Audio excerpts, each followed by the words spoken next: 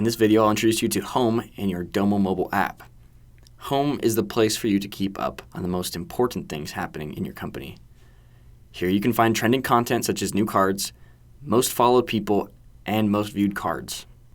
Additionally, to help you keep tabs on your most important information, you can customize Home to show the trends, pages, and subpages you need to access the most. You can add a page right from your home screen. Just scroll down and tap on the Add button, then select the page you want to add. If you are already on a page in your Domo app and want to add that page to your home screen, just tap on the ellipses in the top right corner and choose Add to Home. You can also add cards to your home page.